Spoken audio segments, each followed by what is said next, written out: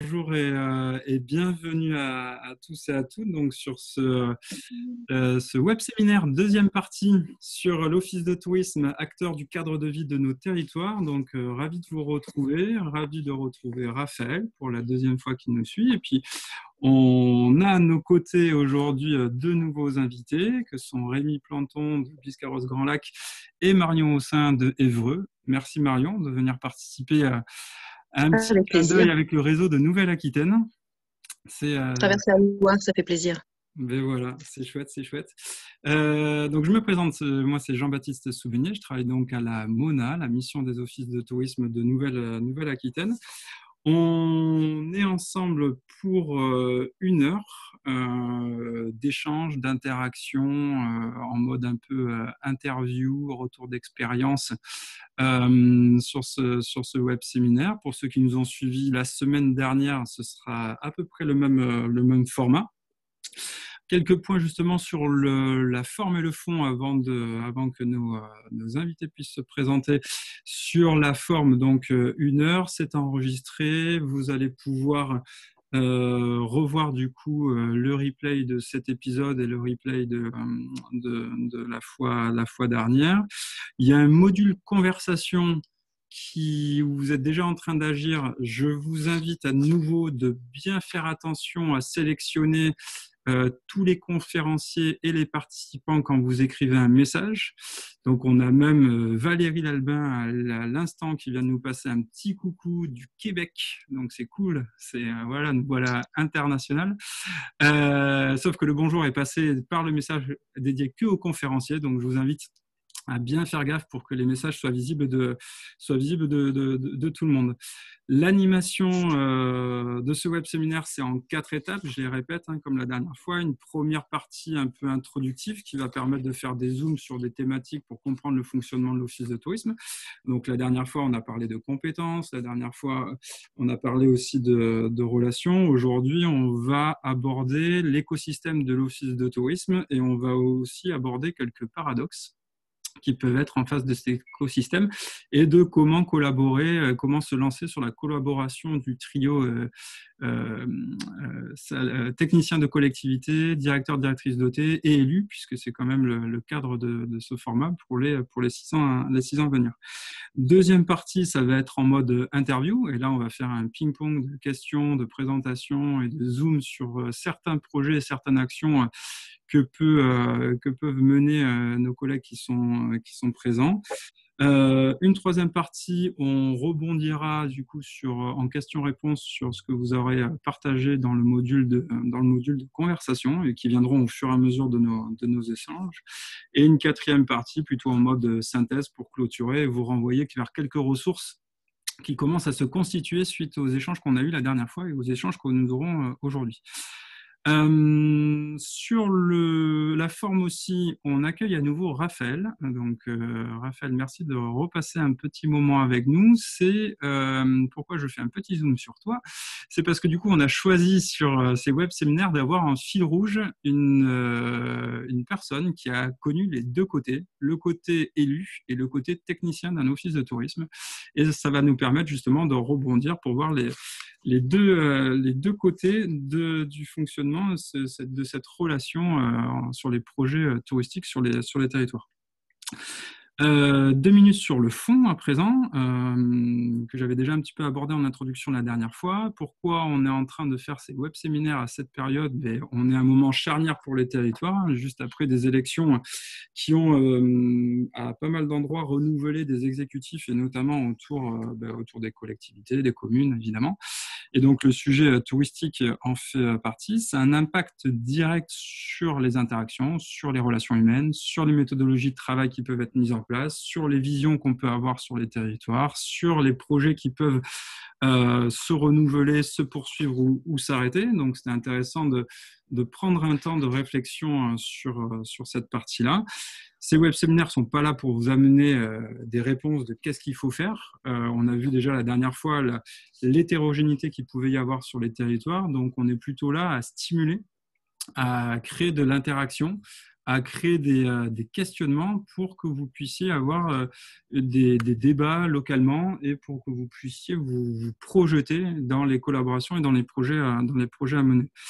L'objectif, c'est déterminer les bonnes conditions de collaboration et bien sûr, après, pour vos territoires, allier le projet politique, le projet de territoire et la stratégie de moyens. Et c'est pour ça qu'on fait des zooms sur ce qu'est l'Office de tourisme, les compétences qu'il y a à l'intérieur, les temps dédiés sur certaines missions qui peuvent être fortes sur une certaine mission dans un territoire et inexistantes dans d'autres, et qu'on arrive à recoller les morceaux avec vous sur ça.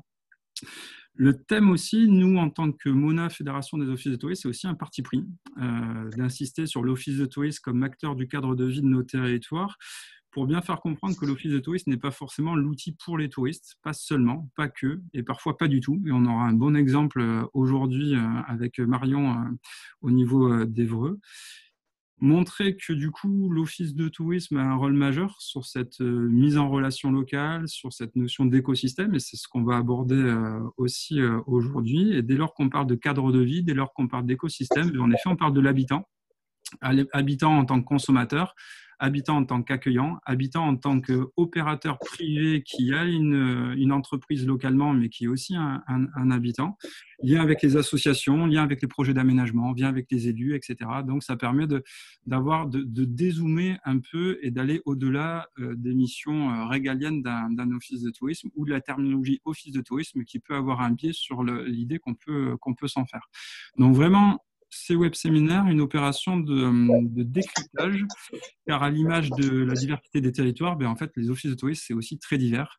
Nous, notre quotidien à la MONA, c'est de travailler pour un réseau des offices de tourisme, donc 150 structures, on l'a vu la dernière fois ensemble, mais on peut travailler avec des offices de tourisme qui ont 2 équivalents temps plein et un autre qui en a 80. Et donc, du coup, cette hétérogénéité, ça montre qu'on ne peut pas dupliquer tout sur tous les territoires. Et il faut que chacun puisse voir à quoi et comment l'Office de tourisme peut servir au projet du territoire. Et c'est sur ça qu'on était resté notamment la dernière fois. Un petit mot sur la philosophie justement qu'on veut avoir. Sur ces web-séminaires, c'est vraiment les notions de stimulation.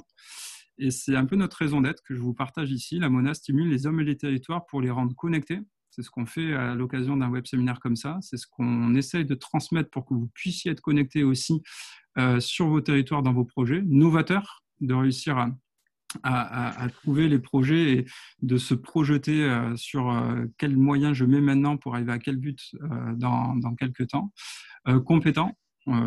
Parce que c'est notre cœur de métier et parce que la compétence est un élément clé de la stratégie de moyens, et fiers de leur action. Donc, c'est les 4 adjectifs qu'on souhaite avoir aussi dans ce web-séminaire. Petit clin d'œil à Charlotte qui nous a accompagnés au premier web-séminaire et qui a un empêchement de dernière minute et donc qui ne sera pas avec nous ce soir. Je me tourne à présent vers vous trois, donc Rémi, Raphaël et Marion, juste pour un petit clin d'œil d'une minute pour vous présenter, avant de revenir et vous présenterez plus avec vos territoires, avec les 3 chiffres qu'on avait prévus. Mais déjà un petit tour de piste. Et Marion, je te propose de commencer, vu que tu es notre invitée hors Nouvelle-Aquitaine. En guest alors. Marion, donc du comptoir des loisirs d'Évreux, donc en fait la nouvelle appellation de l'Office de tourisme et de commerce d'Évreux. Donc on est en Normandie et on a choisi en 2018, suite à une nouvelle stratégie marketing, de s'orienter vers la population locale, de parler loisirs, donc en fait de prendre le positionnement post-Covid 2 ans avant. Dans cette optique-là, ne plus s'appeler office de tourisme puisqu'on parle aux habitants, donc plutôt orienté le loisir. Oh, j'ai pas dit bonjour. C'est vrai, exact. Bonsoir, il fait presque nuit ici. Office de tourisme qui est maintenant comptoir des loisirs pour parler justement plus aux habitants et qui se reconnaissent plus dans nos services. Et bonjour. Merci. Et bonsoir. Merci Marion. Je voyais plutôt le sens inverse avec tout le monde derrière l'écran. Bonjour Marion. Ah d'accord.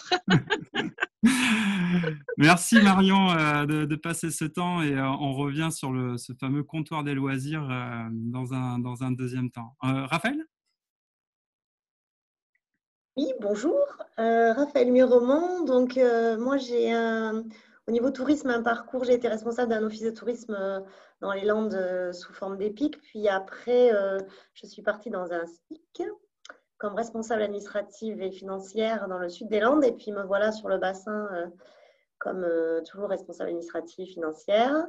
En loisir, j'ai été adjointe au maire pendant 3 ans, première adjointe. Et comme j'étais sympa, je suis devenue maire pendant les 3 autres années du mandat. Donc, j'ai pu voir aux côtés de Rémi, qui est en bas, là, qui va vous parler, les deux côtés, voilà, du côté des techniciens et d'élus. Et j'ai eu la chance de travailler avec lui. Merci. C'est en famille aujourd'hui, en fait. C'est ça, quoi. C'est ça. Mais on ne se voit pas le résultat. Merci Raphaël de repartager ce temps avec tout le réseau ce soir. Et donc Rémi? Oui, merci Jean-Baptiste. Bonjour à tout le monde. Donc Rémi Planton, Office de tourisme des Grands Lacs, donc créé au 1er janvier 2017, donc sur un territoire composé de 7 communes. Pour donner juste un élément de cadrage autour de ces Grands Lacs landais. 47 000 lits touristiques marchands avec une offre surtout organisée autour de l'hôtellerie de plein air à 80%. Et donc, un hôtel justement qui dès son lancement en 2017, s'est posé la question de l'action de proximité transversale avec ces collectivités, on en parlera. Et auparavant, j'ai eu la chance d'avoir une expérience professionnelle en milieu rural, toujours en office de tourisme en Gironde. Merci Rémi, merci à vous trois pour ce tour. On se donne quelques éléments thématiques introductifs et avant de partir sur ça, je revenais, pardon, hop, ça a été trop vite. Là, c'est tous les nuages, tous les mots-clés que vous avez bien voulu nous partager, les participants, à la fin de la première séquence de mercredi dernier, où donc il était question de mieux se connaître, de connaître les profils de ce fameux trio DGS, élus, directeurs, directrices d'office de tourisme, de mieux se connaître pour mieux se comprendre, pour mieux collaborer, c'était vraiment l'objectif, de remettre aussi au cœur le sujet de projet, et que Raphaël le rappelait judicieusement, projet ne veut pas dire effacer ce qu'ont fait le précédent groupe politique ou le précédent mandat ou la précédente direction ou autre. Donc ça renvoyait notamment à une certaine notion de durabilité de ces projets-là, de durabilité sur les territoires, de durabilité sur les relations, de liens, le mot confiance. Alors on a fait exprès de mettre qu'une seule fois le mot dans ce nuage de mots-clés, mais je pense que confiance a été partagé une vingtaine de fois à l'issue de notre échange de la dernière fois. Et cette notion aussi de mise en perspective qui est revenue plusieurs fois et qui était assez intéressant pour justement l'objectif de ces moments partagés là, d'essayer de dézoomer. Le sujet n'est pas forcément que le sujet du statut juridique de l'office de tourisme, n'est pas forcément uniquement le calcul du coût contact dans un office de tourisme, mais surtout de réussir à savoir quel genre d'office de tourisme le territoire a besoin pour quel projet et pour quelle collaboration et quelle projection. Et c'est là où ça renvoie vraiment à cette poursuite dans les thématiques à explorer aujourd'hui, donc l'écosystème local et comment démarrer ces premiers mois ensemble. Donc merci pour ce partage. Ça nous tenait à cœur de vous le remettre sur une image comme ça, donc assez riche en termes de terminologie. Retour donc à cet office de tourisme à 360 degrés pour aborder le sujet de l'écosystème local et de l'office de tourisme. Rémi l'évoquait, l'office de tourisme de Biscarrosse Grand Lac a fait le choix de s'inscrire durablement dans cet écosystème en traitant de sujets et en étant intégré à des sujets qui ne sont pas forcément liés directement au tourisme, mais le tourisme est tellement transversal qu'il y a des parties prenantes. Cet écosystème local, Marion rebondissait aussi en tout début d'introduction, en fait, je m'appelle le comptoir des loisirs. Déjà, ça commence à faire tilt. Pourquoi comptoir des loisirs? On ne parle pas du coup office de tourisme. Donc là aussi, il y a du lien avec l'écosystème local, avec les typologies de personnes qui sont touchées et qui gravitent autour de cet office de tourisme. Et en tout cas, sur cette approche écosystème, l'idée vraiment et le message de cette séquence, c'est vraiment comprendre que le tourisme est à considérer comme une politique publique. Et donc, du coup, ça concerne à la fois le touriste, mais aussi l'habitant, le citoyen, pour lequel, du coup, il peut y avoir des services qui servent tout au long de l'année et qui peuvent servir à la fois en saison, en hors-saison, et dont ils bénéficient. Et donc, ça va toucher du doigt notamment toutes ces thématiques d'aménagement du territoire. Et dès lors qu'on touche à ça, ben, évidemment, on ne parle pas que de tourisme. Et c'est là où il y a tout intérêt d'avoir ces connexions-là. Et au-delà des mots, c'est d'avoir les témoignages qui vont suivre pour vraiment être dans les exemples concrets de ce qu'on est en train de voir avec cette notion d'écosystème. L'autre partie de l'écosystème, c'est évidemment les acteurs locaux, notamment les acteurs privés. Et là, en effet, ils vivent du tourisme et on va retrouver les hébergeurs, les prestations d'activités, les commerçants, les animations, les associations, les restaurateurs, mais là aussi, restaurateurs, associations, animations, prestataires d'activités, ben encore une fois, ils ne vivent pas que du tourisme, pas que des touristes, pardon. Et l'exemple de cet été et de cette période de crise qu'on est en train de vivre est assez révélateur. C'est qu'à un moment, le tourisme peut se jouer aussi à domicile, avec une clientèle d'ultra proximité ou d'un rayon plus réduit que de touristes ou de voyageurs qui viennent de l'autre bout de la France ou qui viennent de l'autre bout de l'Europe ou voire du monde pour certaines destinations. Et donc, derrière tourisme, on peut parler attractivité, on peut parler loisirs, on peut parler cadre de vie, mais en fait, en soi, peu importe sur la notion qu'on va utiliser. L'idée, c'est que ce soit surtout raccord, encore une fois, à ce qu'on veut avoir sur le territoire et quel projet on veut y donner.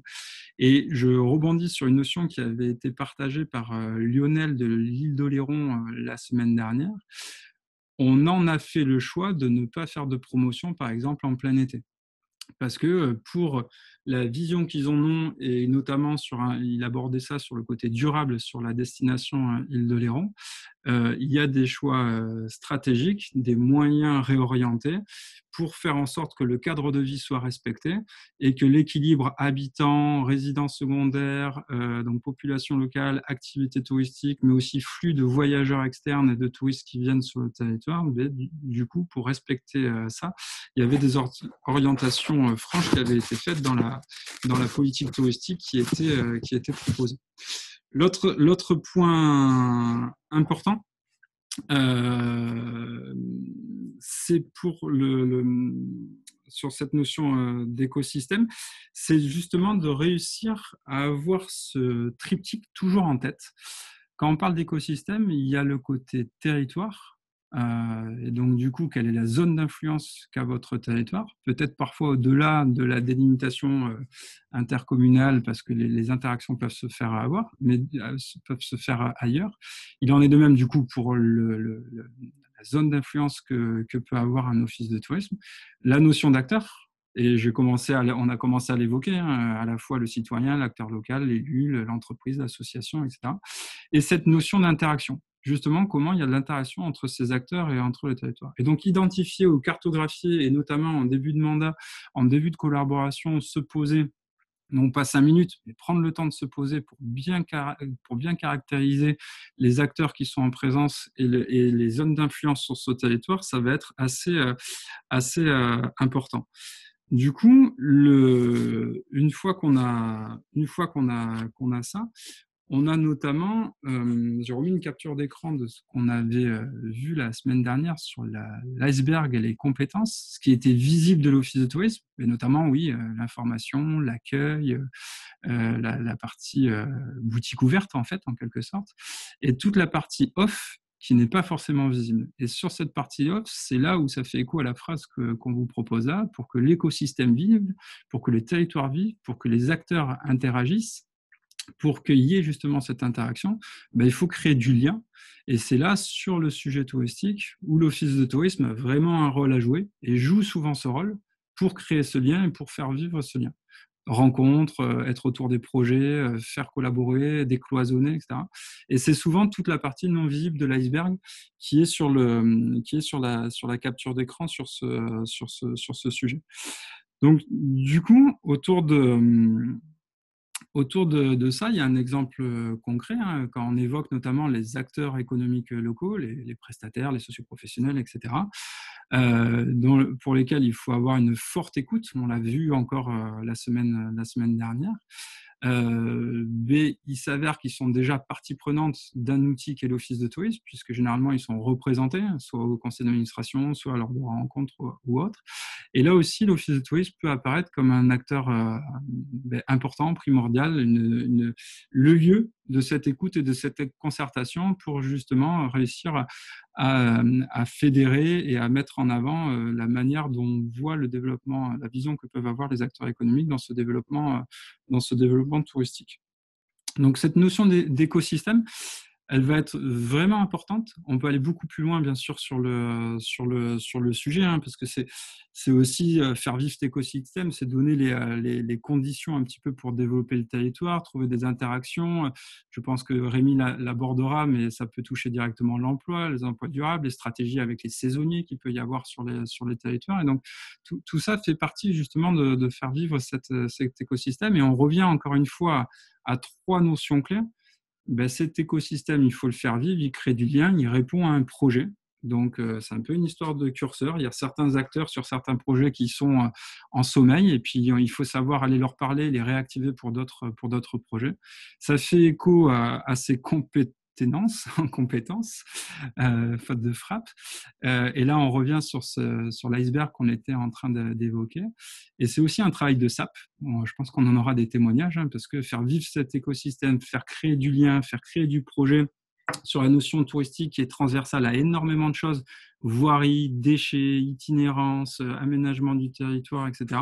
Mais ça demande aussi du temps, le temps de mettre des pratiques, de se comprendre, de se connaître, de se reconnaître pour bien collaborer. Ça fait écho à ce qu'on voyait la première séquence. Face à ça, encore quelques paradoxes.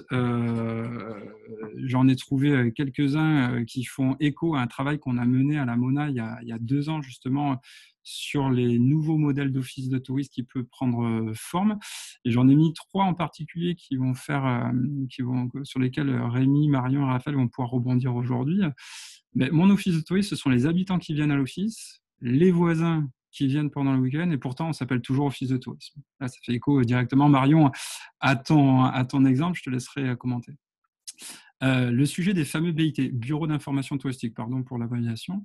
On peut avoir des élus qui comprennent bien que le maintien d'un BIT à tout prix a un coût important de fonctionnement, de tout ce qu'on veut, mais ils ne veulent pas forcément voir un nouveau service public fermé dans leur commune. Et ça, c'est souvent le reste de ce qu'il y a. Quand on dit on ne part pas de zéro quand on commence une mandature maintenant, c'est les restes notamment de la loi NOTRe, où il y a eu des fusions, où des bureaux d'information ont pu rester ouverts après des fusions.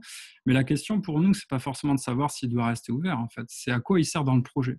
S'il sert parce qu'il a un positionnement particulier, pas géographique, hein, mais dans son rôle, dans les services qu'il propose, dans l'ancrage territorial qu'il peut amener et que sa nouvelle orientation de ce bureau d'information porte le projet, pourquoi pas. Si par contre, c'est un reste de fonctionnement et il s'avère qu'en fait, ça renvoie à un paradoxe qu'on a vu la première fois, il y a du temps mobilisé, il y a des moyens mobilisés à cet endroit-là, en fait, mais il ne nourrit aucun projet de territoire. Mais là, oui, c'est clairement des questions qui peuvent se poser sur la nécessité de garder ces bureaux d'information. Et c'est des sujets qui reviennent très fréquemment au niveau des offices de tourisme. Et un autre paradoxe, on l'a amené sur la notion des animations. Nous réalisons des animations dites rentables, entre guillemets, sauf que le temps consacré à leur réalisation n'est pas pris en compte. Et là aussi, ça renvoie à cette notion de pour qui on fait ces animations, pourquoi elles devraient être rentables, quel temps on y consacre et comment elles fédèrent ou elles structurent le territoire ou le projet ou les acteurs qu'il y a dans l'écosystème soutien à des associations, faire vivre le resto du coin à côté de l'animation, faire vivre une animation culturelle, loisirs, etc. Et je sais que sur ça, c'est pas forcément le cadre, Rémi, de pourquoi on t'a fait venir, mais je sais que sur Biscorps Grand Lac, il y a une grosse activité à animation. Et donc, s'il y a des questions autour de ça, on pourra rebondir. Dernier bloc un peu introductif, c'est ce en avant pour 6 ans. J'ai déjà évoqué, on ne part pas de rien. Il y a déjà des acteurs, il y a déjà un territoire, il y a déjà des projets qui sont en route. Et ce qu'on veut faire passer comme message, en fait, dans c'est pas pour le lire là, on est d'accord, hein, mais ça, en fait, on ne parle pas forcément de l'office de tourisme. Quand on parle tourisme, on parle de l'équipe tourisme du territoire. Et dans l'équipe tourisme du territoire, il s'avère qu'en effet, l'office de tourisme est un des opérateurs clés parce que c'est lui qui va notamment pouvoir créer de l'interaction, faire vivre cet écosystème local. Mais on va aussi retrouver bien sûr les compétences qu'il y a dans l'office, les DGS, les agents de la collectivité. Mais ce qui m'intéresse, c'est quand on arrive sur les derniers points, on va retrouver les acteurs touristiques, on va retrouver les associations locales, on peut retrouver les habitants, on peut retrouver les commerçants.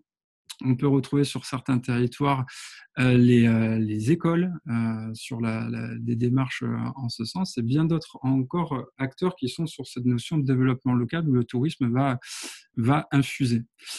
Et on vous a aussi préparé deux visuels qu'on vous partagera sur un article et sur lequel on pourra revenir en fin de session. C'est un peu ma checklist justement pour bien démarrer.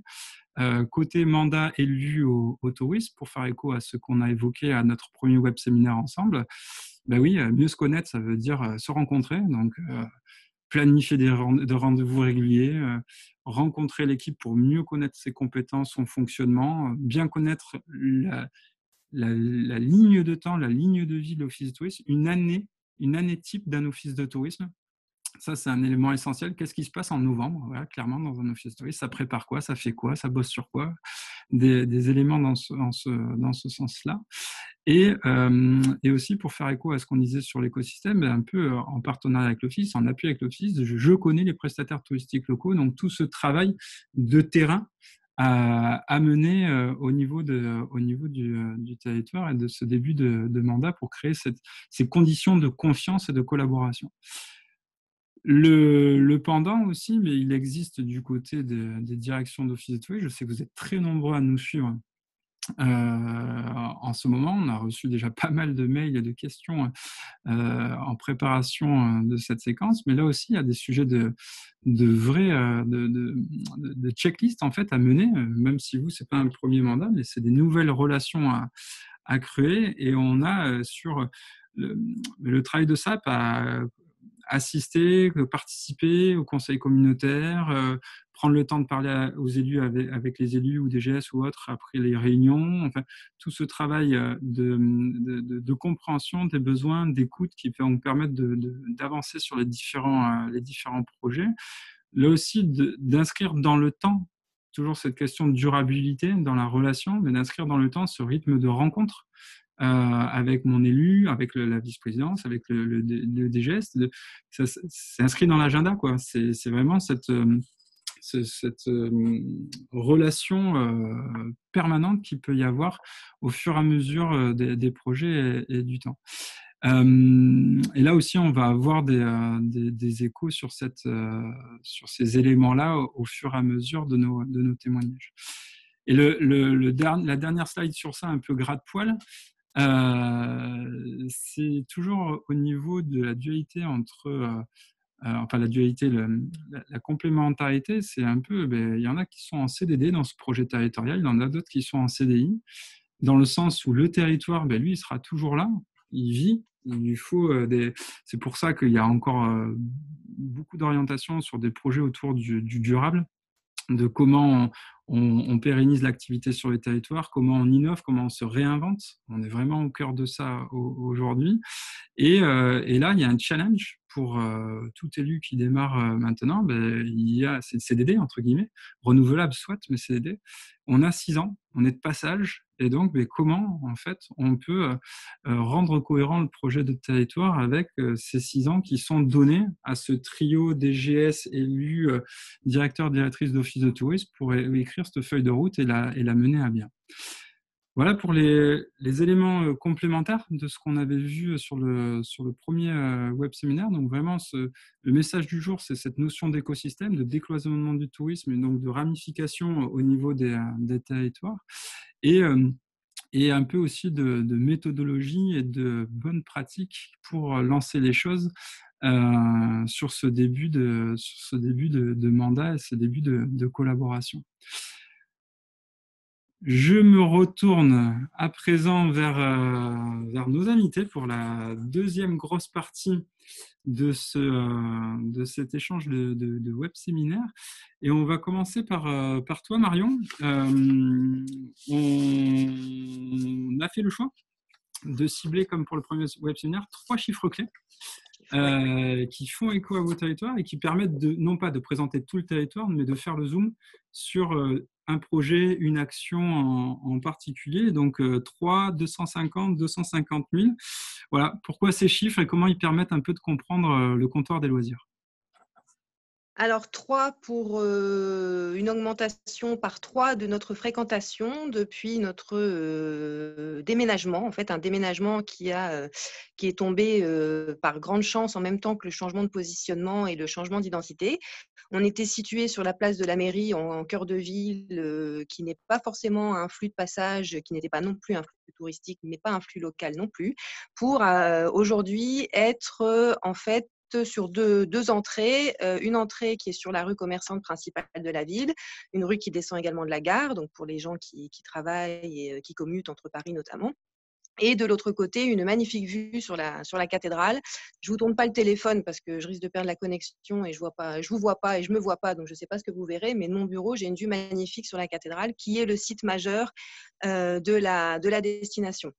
Donc, on avait une fréquentation qui était autour de 14-15 000 personnes sur notre autre local et on est aujourd'hui passé, sur 2019, à 57 000 passages dans l'office.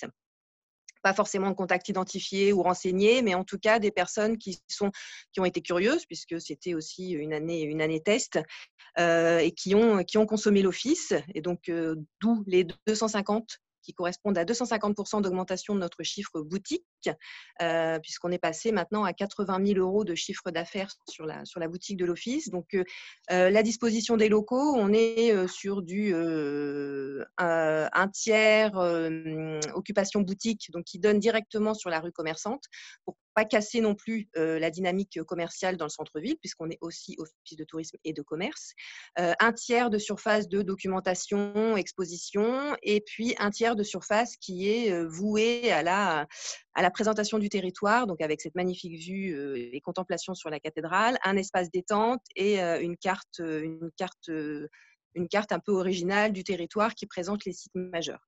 Et puis, donc ça, on est sur la partie vraiment accueil et fréquentation.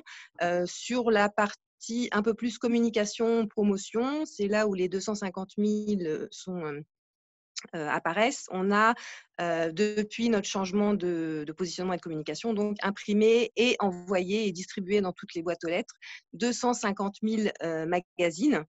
Donc l'idée, c'était, avant, on avait, comme beaucoup d'entre vous, je suppose, un guide d'accueil ou guide de visite qu'on imprimait à 10 000 exemplaires en français, 1 000 exemplaires en langue étrangère et qui présentait de manière plus ou moins exhaustive, selon notre système de partenariat, les hôtels, les restaurants, les sites de loisirs et les commerces éventuellement.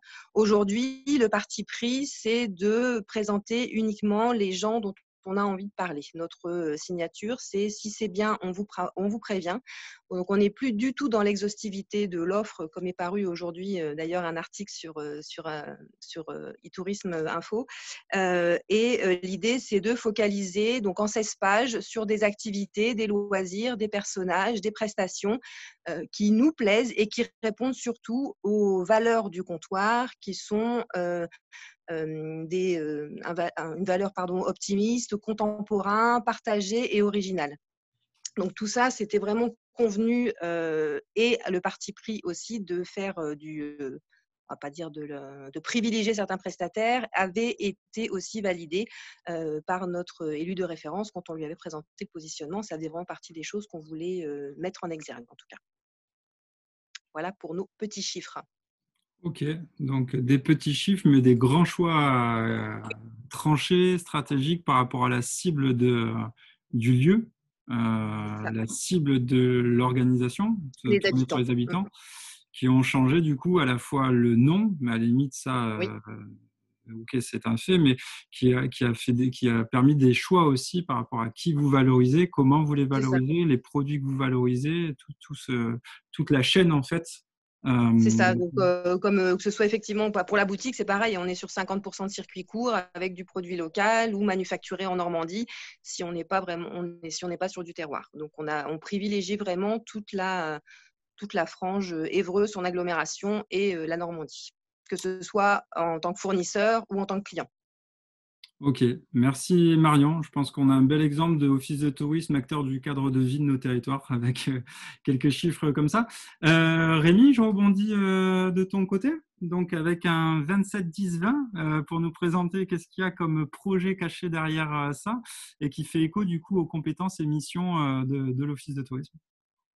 Tout à fait, merci Jean-Baptiste. Donc 27, 10 et 20, trois marqueurs que l'on va suivre et qu'il faut remettre dans le contexte suivant, c'est que l'OT a été créé au 1er janvier 2017 sur une destination touristique forte déjà en concentration de personnes qui viennent avec trois stations phares, avec Biscarrosse, Sanguinet et Parentis, qui naturellement avaient déjà une offre structurée. Mais avec donc un OT communautaire sur cette commune. Et la question était de se dire, en matière de structuration de l'offre et d'accompagnement, à la fois des acteurs socioprofessionnels et des élus, on s'y prend comment? Donc, on a trois marqueurs, ces marqueurs-là. Donc, 27, c'est le nombre de permanences communales que nous avons décidé de faire sur les 7 communes par an. Donc, 27 permanences.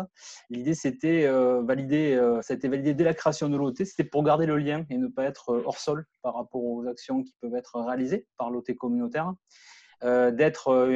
Concrètement, c'est une fois par trimestre, des permanences trimestrielles à minima, et de pouvoir faire le joint avec les élus. On en parlera souvent, notamment dans la gouvernance, des élus et des techniciens dans chaque commune, même si la compétence a été transférée, pour notamment aborder des sujets tout simples. Les collectivités souvent ont connaissance, les communes ont connaissance du foncier disponible pour imaginer des projets à développer, alors que la compétence est communautaire. Et très souvent, il peut y avoir un manque de dialogue entre l'échelle communautaire qui a la compétence économie et des communes qui ont soit accès au foncier elles-mêmes, soit connaissent le foncier disponible que les privés pourraient proposer. Ça peut être également, donc, c'est l'occasion, ce type de permanence, de faire du reporting sur l'action touristique. Quand on arrive sur une destination comme celle-là, ce qui a vraiment de fort, c'est d'imaginer que le plan d'action marketing, on le voyait dans la vie calendaire, ce travail est très longtemps en amont, et si on ne fait pas d'explication d'accompagnement sur des points intermédiaires, on n'a pas forcément tout le monde ensemble dans le même bateau. Et enfin, il y a la possibilité lors de ces permanences de travailler sur les projets communaux. C'était surtout à la base, et on voit que le marqueur est vraiment tenu. Une collectivité va avoir un projet spécifique, une idée, un besoin d'accompagnement. On est là pour accompagner et structurer cela. Et on peut compléter également par les animations locales, donc tu le disais Jean-Baptiste, où notre structure a cette particularité aussi, c'est que ce n'est pas une compétence obligatoire, mais les communes nous ont confié la réalisation d'animations locales. Notamment, je prends l'exemple, et c'est un clin d'œil pour Raphaël, le festival Jazz in Sanguinet, qui est par convention réalisé, et puis la station de Biscarrosse qui nous confie la réalisation en période estivale normale, hors Covid bien sûr, plus de 200 animations totales, d'animation de la station là-dedans. Donc, toutes les communes nous demandent aussi dans leur propre vie, on est dans les Landes, donc il y a aussi une forte demande d'animation de proximité. Qu'est-ce qu'on peut faire, quelle est la pertinence de ce qu'on prévoit de faire, et la promo, comment est-ce qu'on peut s'y prendre. Donc, on est vraiment sur cette échelle-là. Le second marqueur, où on part sur totalement autre chose, c'est 10 réunions de la cellule eau environnement. C'est-à-dire que, je vous l'ai dit tout à l'heure, on est sur les grands lacs, donc des espaces lacustres, c'est parmi les plus grands lacs d'Europe, avec les collègues du Nord. Une façade océanique assez importante également. Et il s'avère que nous avons, au regard de cet état des lieux, un réseau de lacs et des bassins versants globaux qui sont attachés, qui sont une matière très très importante dans le développement de notre offre, puisque si le support, je peux le résumer à ça, si le support n'est pas viable, si l'espace d'accès à l'eau pour les acteurs de loisirs, que ce soit du canoë, que ce soit les pêcheurs, que ce soit les kitesurfers, que ce soit les dériveurs, etc., on n'est pas raccord dans nos actions multiples les uns et les autres, on n'arrivera pas à structurer l'offre et surtout à pérenniser la destination. L'objectif, c'est de pérenniser la destination. Et je peux vous donner notamment des exemples pour que ce soit illustrant. On a donc une cellule haut environnement qui regroupe toutes les compétences partagées, que ce soit le SAGE, donc le schéma d'aménagement et gestion des eaux, le syndicat de bassin versant, les référents Natura 2000 du territoire, puisque nous sommes confrontés au quotidien à des problématiques de comblement des plans d'eau, de prolifération de plantes aquatiques, de préservation de la qualité des eaux, bien sûr, et de gestion et de restauration des milieux dunaires et forestiers qui sont durement éprouvés naturellement ou bien par la fréquentation massive des personnes. Et du coup, l'Office joue de plus en plus, on le voit à travers ce marqueur, ce rôle de metteur en scène de territoire, puisque je le redis, créé en 2017, chacun était un peu livré à lui-même en matière d'aménagement, surtout à vocation touristique. Et donc, on est là pour faire ce lien. Et on a eu la chance d'être intégré dans cette cellule, donc 10 réunions à minima dans l'année, qui sont des éléments, des temps forts marquants, mais qui derrière nécessitent un gros travail de dossier. Un exemple très précis, ça va être sur un courant qui est perpendiculaire au littoral atlantique, un projet d'aménagement avec un projet d'itinérance dessus, pédestre et ou vélo. Or, on est en zone complètement protégée, loi littorale, Natura 2000, etc. Et on se demande quelle promotion touristique est envisageable. Personne n'a raisonné client avant de partir dans le projet. Tout le monde est parti sur l'aménagement pur environnemental, mais on n'a pas raisonné et se poser la question de ce qu'attendait l'usager, l'habitant. On y reviendra. L'habitant du week-end, le touriste ou l'excursionniste qui vient à la journée, puisqu'on est vraiment pas trop loin de Bordeaux également. Ça, c'est le deuxième marqueur. Et le troisième, pour illustrer ce propos, 20, c'est 20 porteurs d'idées et ou de projets par an. Nous accompagnons sur le territoire par défaut. Aujourd'hui, on est en toute humilité dans un fonctionnement par défaut. On a réussi à avoir une organisation informelle avec les collègues de la commune, de la CCI, de la Chambre des métiers aussi, avec le pays, qui est également labellisé PETR, et donc l'Office de tourisme. Et par défaut, on le voit, tout porteur de projet qui a une idée va vouloir se renseigner. Qu'est-ce qu'il fait? Il vient souvent toquer à la porte de la mairie, on le sait, mais aussi il vient souvent à l'Office de tourisme. Et j'ai repris les chiffres pour préparer. On se rend compte qu'en moyenne, sur 20 idées qui peuvent être générées par ces porteurs, il y en a 4 qui sont vraiment à vocation touristique, mais vraiment purement. Et la question qu'on se pose, c'est que seraient devenus les 16 autres si on n'avait pas été mis en réseau? Si à un moment donné, l'OT n'avait pas simplement joué son rôle tout simplement de routeur. On ne fait pas, mais on a mis en relation avec les bonnes personnes. Ça nous a permis notamment de garder potentiellement des projets qui auraient pu partir ailleurs, de les accompagner, surtout de les structurer, et de se mettre en réseau, et nous-mêmes de nous poser les bonnes questions dans la stratégie du projet de territoire. Donc voilà au niveau des 3 marqueurs qui peuvent illustrer là où nous en sommes sur cet écosystème local. Merci beaucoup Rémi pour l'illustration. C'est vrai que là, ça ouvre, hein. Tu as dit plein de noms de partenaires, ça résonne vraiment par rapport à cette notion d'écosystème. On n'a pas parlé d'accueil, on n'a pas parlé de promotion, on n'a pas parlé d'information. Voilà, on est sur les missions de mise en réseau, de facilitateur, de metteur en scène du territoire. Raphaël, je me tourne enfin vers toi sur ta casquette d'ex-élu quand tu entends ces projets, à la fois orientation habitants, locaux, fournisseurs locaux, faire le choix de circuits courts ou chez Rémi, accompagnateur de projets de territoire. Voilà, toi, avec ta casquette d'ex-élu, ça résonne comment en fait? Comment tu as accueilli ça quand tu étais élu?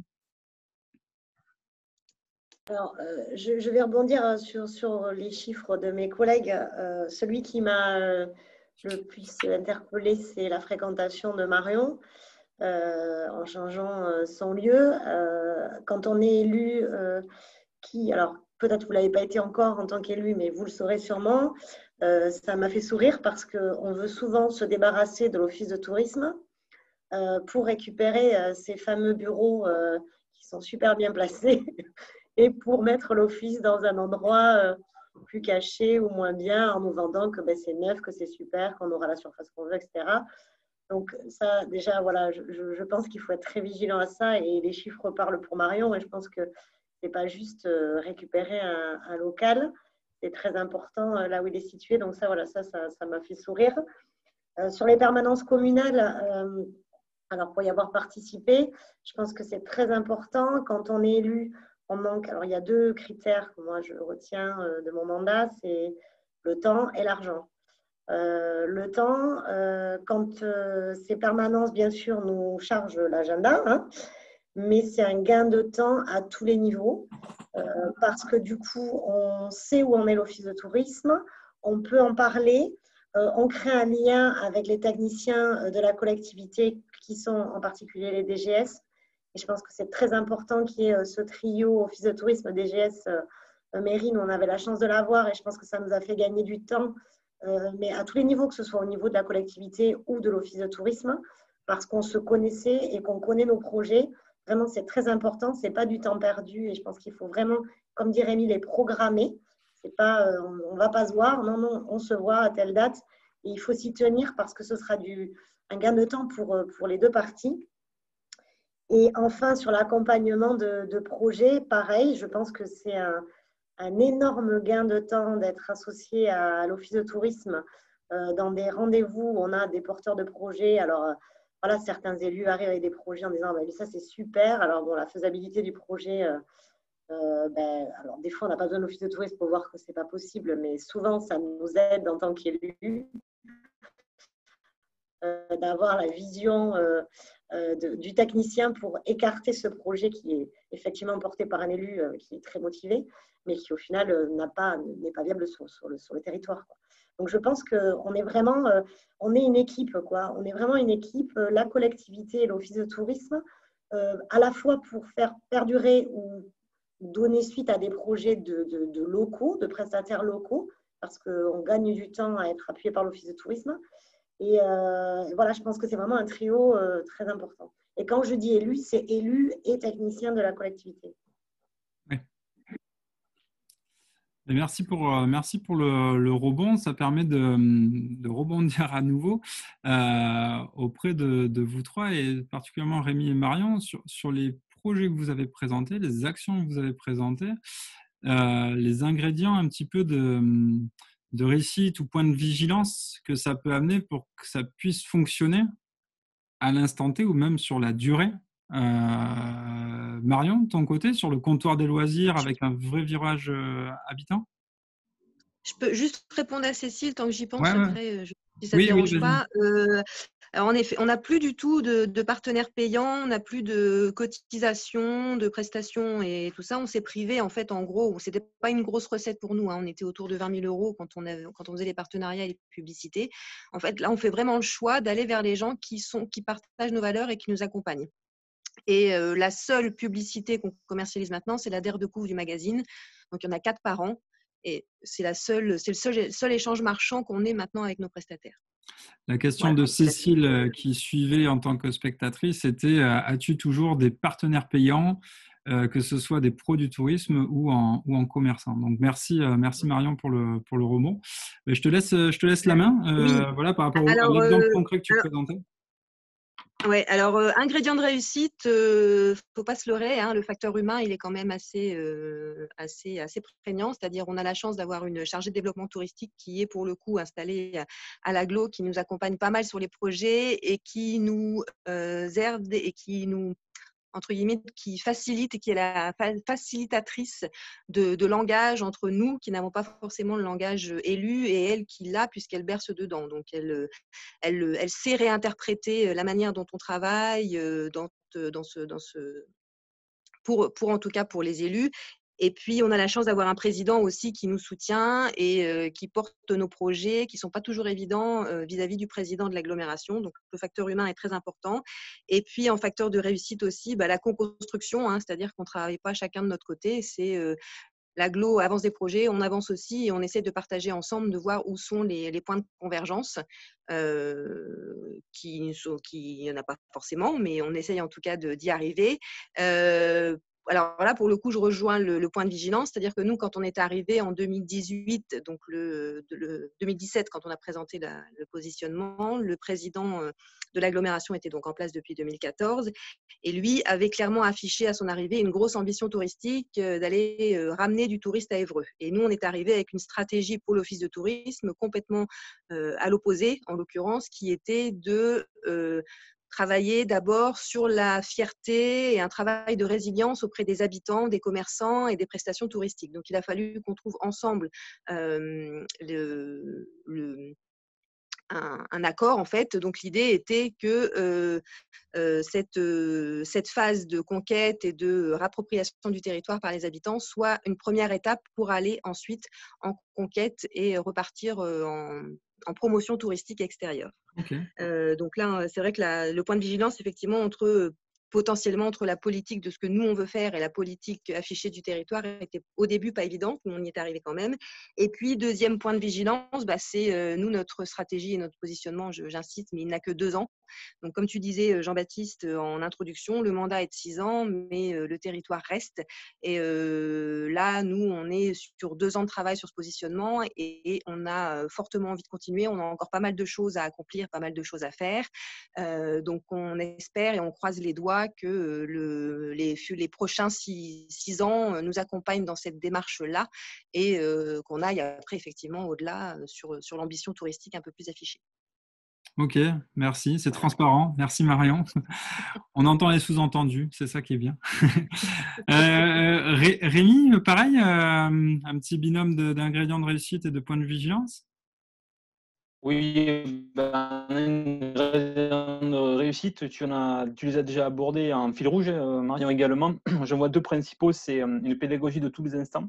Si on n'a pas de pédagogie, qu'on n'est pas en capacité il faut vraiment être en capacité d'expliquer, surtout on parle du trio et souvent élus, techniciens de la collectivité et avec l'OT. D'où on vient, où est-ce qu'on en est, c'est quoi aussi expliquer quand on voit notamment les problématiques, les enjeux qu'on a évoqués tout à l'heure. Et également, l'ingrédient de réussite, c'est le réflexe du reporting, c'est-à-dire que comme tout va très vite dans les projets, sous une logique de bienveillance mutuelle, qu'on ait vraiment l'habitude après de se tenir au courant mutuellement et faire attention de ne pas tomber dans un écueil qui pourrait être un point de vigilance, c'est le côté unilatéral, c'est-à-dire c'est toujours l'OT qui fait du reporting qui va chercher l'info, mais bien la collectivité de tutelle qui soit à la manœuvre, qui puisse aider, mais pas qu'elle, puisqu'on voit qu'il y a un réseau d'acteurs qui est dense. Et je rejoins totalement Raphaël sur la notion, le point de vigilance complémentaire, c'est le deuxième, c'est veiller à sanctuariser des temps dédiés en présentiel. Si on ne les ancre pas dans un agenda, alors même maintenant en visio, etc., pas forcément présentiel pur, si on ne les ancre pas, on tient pas la route du calendairement sur 6 ans. Voilà. Raphaël, sur ces notions de pédagogie, de vulgarisation, de inscrire les choses dans l'agenda pour inscrire un peu dans le marbre cette relation, tu as de l'écho, tu as des anecdotes, tu as un exemple sur ça? Non, mais c'est ce que je disais l'autre jour. Alors, quand on est issu du monde du tourisme, on a envie de faire avancer le tourisme dans sa collectivité et on est regardé, alors parce que je le disais, c'est le nerf de la guerre dans une collectivité, c'est le budget. Et en fait, on a l'impression que cet office de tourisme, enfin ce tourisme, c'est le budget, mais le dernier budget, quoi. C'est-à-dire un peu comme quand on fait construire une maison, et ben on se dit si on a de l'argent, on fera le jardin. C'est exactement ça. C'est-à-dire que, et encore plus en temps de crise, et ben on va prendre de l'argent aux touristes. De toute façon, des touristes, on en a. Donc, on n'a pas besoin de donner autant de budget à l'office de tourisme. On n'a qu'à rester comme ça, tout va bien. Voilà. Et ça, c'est difficile. Et je pense que c'est en provoquant ces réunions, et en faisant toucher du doigt à nos collègues, alors parce que moi, bon voilà, c'est une évidence, mais en faisant toucher du doigt à nos collègues que, voilà, c'est important, ça apporte telle ou telle chose à la collectivité, avec l'expertise des techniciens, en ayant confiance, je pense que c'est comme ça que justement on fera changer les choses et bouger les curseurs sur les a priori qu'il y a sur le tourisme. Dans des territoires comme les nôtres, où effectivement, étant sur le littoral, juillet-août, on a du monde. Mais et on peut pas, on a encore les réflexions de collègues élus qui disent mais à l'office de tourisme, ils travaillent que 2 mois, c'est bon, pas besoin de leur laisser un local pendant 1 an, ça sert à rien.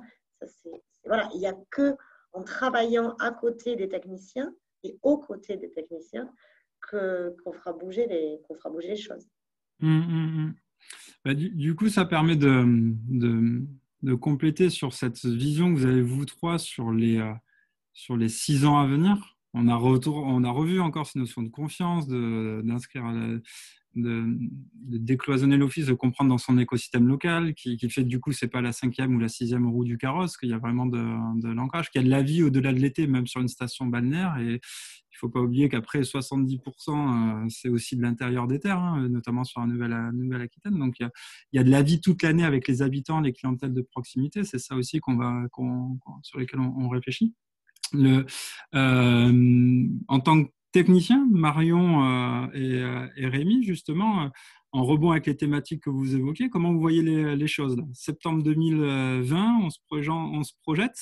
2026, c'est pas anodin quand même. Voilà, la vision sur cette relation avec la collectivité par chez vous? Sur le projet, hein, pas dans le sens large, mais sur le projet en lui-même que vous présentez là. Alors, moi, je vais mettre un grand point d'interrogation. Il y a eu un séminaire des vice-présidents à l'Agglo il y a 15 jours, 3 semaines. Notre président rencontrait le président de l'agglomération hier. En interne, on a un peu de restructuration parce que notre directeur part sur une destination plus aussi de fin octobre. Et il ne faut pas se leurrer aussi, ce type de projet tient aussi beaucoup à une personne, et en l'occurrence, le directeur qui l'a soutenu, Mordicus, est vraiment à fond. Et là, aujourd'hui, donc notre président est toujours dans l'optique d'aller sur l'ambition touristique extérieure, ce qu'on ne conteste pas, hein, au contraire, hein, on est tout à fait dans cette idée. Donc là, je vous avouerai qu'aujourd'hui, je n'ai pas de vision à 6 ans. Honnêtement, voilà, je croise les doigts pour vous dire dans 6 ans qu'on a pu continuer et qu'en plus on est allé se prospecter. Mais là, aujourd'hui, je ne sais pas. Je botte en touche. Non, c'est une réponse, c'est une réalité. Rémi?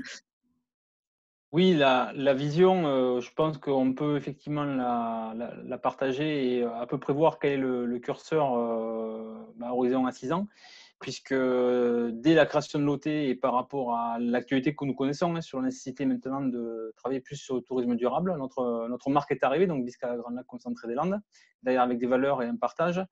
Et là-dessus, je veux pas voilà, casser l'ambiance, mais dans la globalité du territoire, on a l'obligation maintenant, on s'est engagé dans un plan climat, notamment air, énergie territoriale. Et il s'avère qu'on a 2 objectifs, c'est d'arriver à moins 37% de consommation d'énergie sur le territoire et moins 41% de gaz à effet de serre. Or, les élus ont bien compris sur la fin du dernier mandat et sur le nouveau qui commence, que lorsqu'on est sur un territoire où il y a 30 000 habitants et qui passe à 100 000 habitants pendant à peu près 3 mois et demi, il y a peut-être un effet levier à avoir via le tourisme. Et si le tourisme n'est pas une porte d'entrée sur l'échelon de mandat, ben ça ne peut pas marcher. Donc j'ai 3 illustrations très concrètes et avec une 4e en parallèle. Ce plan nous permet de travailler sur un plan alimentaire de territoire, donc c'est engagé là-dessus. Plan alimentaire de territoire qui va faire qu'on met en réseau d'abord concrètement les restaurateurs avec les producteurs, mais aussi les primeurs. Après, la collectivité s'occupe et se charge elle-même du travail par rapport à tout ce qui est cantine scolaire. Et après, ça va plus parler au réseau vraiment des OT. C'est la stratégie, la prise de la compétence mobilité, puisque toutes les collectivités en France sont dessus. Et nous, on leur a parlé SADI, schéma d'accueil de diffusion de l'information. Et on a dit, il ne faut surtout pas décloisonner et faites pas du silo. Et ça fait partie du projet, du projet à 6 ans. La mobilité est dedans. L'adaptation de l'offre des lits marchands aussi. Aujourd'hui, on parle de gaz à effet de serre et de consommation d'énergie. Sur les 47 000 lits touristiques marchands, plus les 20 000 de résidences secondaires, quel effort on peut faire? Donc, il y a tout un accompagnement dessus. Et c'est bien aujourd'hui inscrit dans la feuille de route touristique qui reste maintenant à complètement détailler et à faire valider de manière finale. Donc, l'OT est vraiment un impulseur et partie prenante là-dedans. Et moi, la vision par rapport à ça, c'est de planifier, parce qu'on le voit, tout s'est accéléré très, très vite. Il y a beaucoup d'enjeux sur nos territoires. de prendre le temps justement de nous caler, de caler nos pas dans ceux des collectivités concernées et avec tous les partenaires. Et on parle beaucoup, mon propos a beaucoup porté sur la structuration de l'offre, parce qu'aussi c'est récent, mais je pense que c'est une nécessité, parce qu'après, si l'offre est structurée et qu'on a un cap aussi dans les cibles clientèle qu'on veut cibler, le plan marketing et tous les outils qui vont derrière, promo web, papier, visibilité à tous les niveaux, elle suivra naturellement. Voilà. On entend toujours, de toute façon, dans ce que tu évoques, à 6 ans, mais ce fil rouge de toujours le relier à la réalité territoriale, plan climat, plan alimentation, mobilité, etc. Et de s'inscrire dedans, mais pas seulement s'inscrire dedans, mais d'être acteur de la transformation, quoi. Je me tourne vers toi, Raphaël. Du coup, rétro-pédalage de 6 ans quand tu as démarré. De quoi as-tu besoin justement pour démarrer un peu l'élaboration d'une stratégie ou de la stratégie sur un projet ou au sens large en début de mandat? Ce moment, cet instant-là qu'on est en train de vivre sur septembre 2020, ça te rappelle quelques souvenirs? Ouais, alors moi je pense qu'il faut donc ne pas avoir peur d'aller. C'est pas juste en allant, on dit bon, je connais l'office de tourisme, j'ai visité le bâtiment, j'ai pris la brochure, le budget 7 ans. Encore une fois, je pense qu'il faut vraiment aller vers nos offices de tourisme, vers nos techniciens ou vers le réseau si l'office est trop petit, pour bien comprendre à quoi sert cet outil, parce que bon, je le vois comme un outil. Et expliquer à quoi il va nous servir tout au long du mandat. Il faut avoir un projet. Et encore une fois, il y a souvent des projets qui ont été impulsés le mandat précédent. Et certains élus ont tendance à dire, bon ben voilà, ça c'est pas bien, c'est pas nous, on va faire un inventaire. Donc les inventaires, on les a. Les projets, s'ils sont lancés, il y a forcément de l'argent qui a été investi là-dedans, du temps. Je pense qu'il ne faut pas balayer les projets qui étaient là avant nous sans savoir pourquoi ils ont été mis en place et quel est leur objectif. Je pense qu'il faut avoir un projet, mais ne pas balayer ce qui a été fait jusqu'alors. Et encore une fois, vraiment s'entourer des techniciens à la fois, et qu'il y ait une espèce de synergie entre la collectivité et le monde de l'office de tourisme. Et ça ne peut que fonctionner.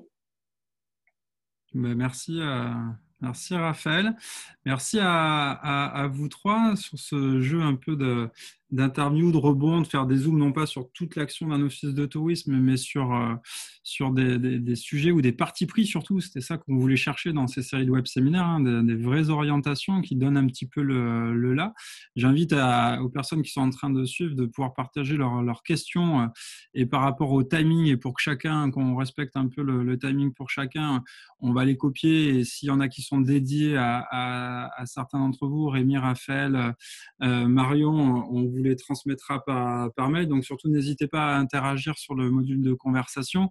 Quelques éléments de synthèse et en parallèle aussi, comme la dernière fois, je vous invite les participants à partager des mots-clés. Pour nous, c'est hyper important parce que ça donne un petit peu le ton de quels ont été les mots qui ont claqué pendant une heure, ceux qui vous posent questions, là où ça demande d'aller plus loin. Voilà, c'est hyper riche.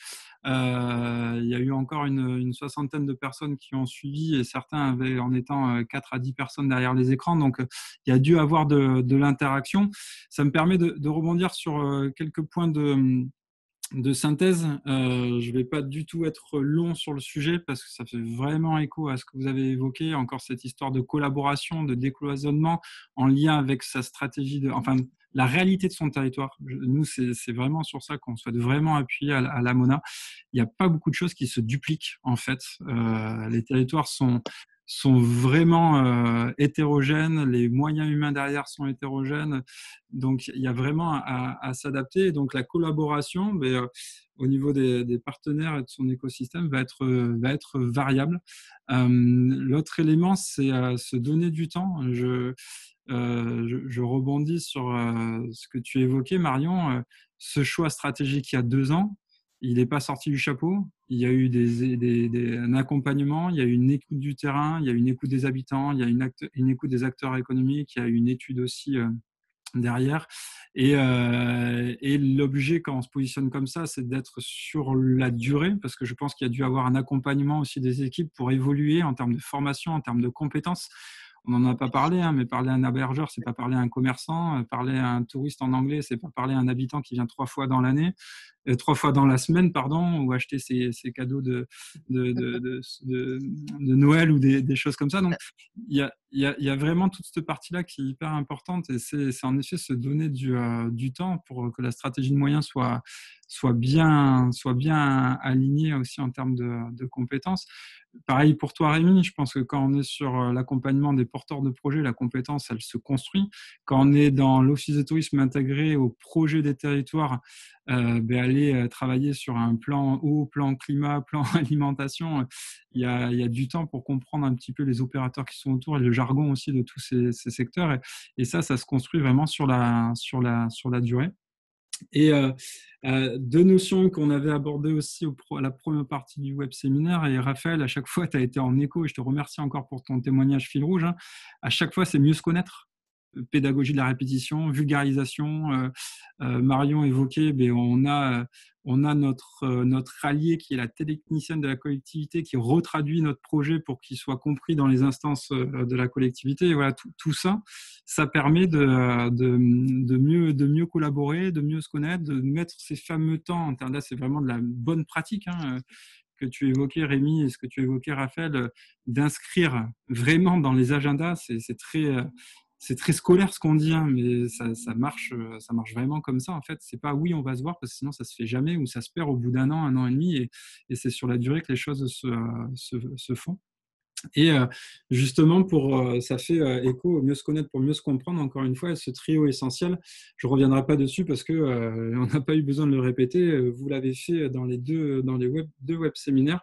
Vraiment, ce trio magique qui porte les projets et qui les porte techniquement, qui les porte politiquement, qui les porte bien sûr financièrement. C'est aussi le sujet, mais pour donner du sens à cet écosystème qui touche le citoyen, qui touche l'entrepreneur, qui touche l'association, qui touche l'habitant, et qui touche bien sûr le touriste, le voyageur extérieur quand il nous fait le plaisir de venir sur notre territoire.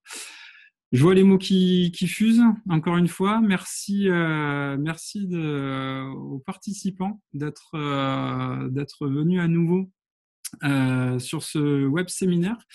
Il sera en replay. Il est déjà le premier en replay sur un article ressources où je vous ai mis un lien URL raccourci pour le retrouver facilement, où il y a aussi les visuels des checklists des débuts de mandat ou checklists de directeur pour avoir de la méthodo. Vous y retrouvez des ressources aussi sur les compétences des officiers de tourisme, sur les statuts, enfin tout ce qui est vraiment après des sujets vraiment locaux et qui n'avaient pas forcément lieu d'être à toute une échelle d'une région. Raphaël, Marion, Rémi, un grand merci. Merci à vous. D'être venu et d'avoir participé et partagé votre expertise sur une heure un peu décalée en plus. Je vous souhaite un bon retour sur vos territoires. Clin d'œil comme si on était en présentiel, ça fait plaisir. J'espère vous revoir physiquement bientôt. Et merci à tout le monde. Je vous souhaite une bonne soirée. Merci à tous. Au revoir. Merci, bonne soirée.